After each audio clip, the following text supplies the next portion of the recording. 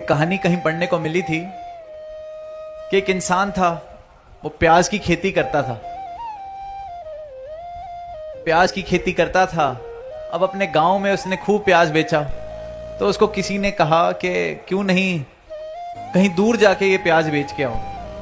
अपने राज्य में तो खूब बेच लिया, क्या पता तुम्हें कोई ज्यादा कीमत दे दे, कहीं दूर बेच के आओ, यहां तो और भी लोग हैं जो खेती करते हैं, शायद तुम्हें ज्यादा मूल्य मिले।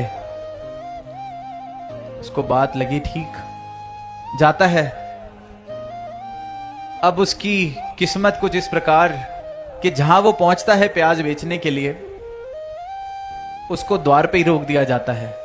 पूछा जाता है क्या लाए हो? वो कहता है मैं प्याज की खेती करता हूं, आपके इधर राज्य में प्याज बेचने आया हूं, अनुमति हो तो मैं व्यवसाय कर सकूं। अब उसकी किस्मत कि उस जगह पर, उस राज्य में किसी ने प्याज कभी देखा ही नहीं था, किसी ने प्याज नहीं देखा। तो वो अपने राजा के पास प्याज लेके जाते हैं, राजा को काट के प्याज खिलाया जाता है। अब राजा को प्याज बहुत पसंद, इतना पसंद आ जाता है, वो कहता है वाह क्या चीज है, सारा का सारा ले आओ, उसको मेरे सामने लाया जाए जो इसको बेचने आया है।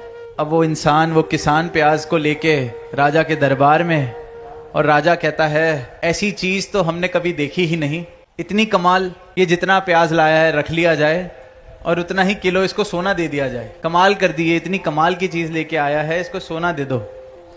अब वो इंसान जो प्याज बेचने गया था, हम सब सोच सकते हैं क्या ही उसके मन की दशा। वो तो 2-4-10 रुपए ज्यादा कमाने गया होगा, पर सोना लेके वापस आया। अब अपने गांव में अपना ही महल बना ले, इतनी दौलत उसके पास।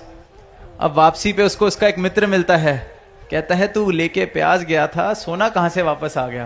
तो उसको बताता है ऐसे ऐसे वहां किसी ने प्याज नहीं खाया था, तो मेरी किस्मत चमक गई, राजा को प्याज पसंद आ गया, उसने सोने दे दिए।